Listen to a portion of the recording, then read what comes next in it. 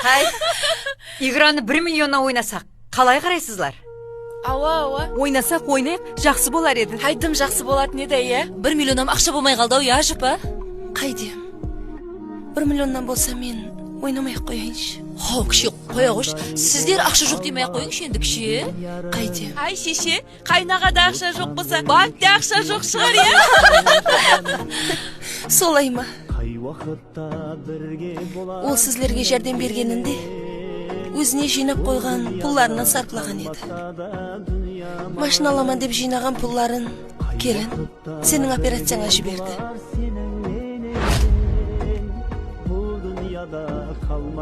Умраға бараман деп арман етіп жинаған пұлларын Ашпанның баласының контракт пұлын төлеп берді. Мырзағаның үйінің ремонтына да өзінің жорасынан затларын қарызға алып, соны бөліп төлеп жүрді.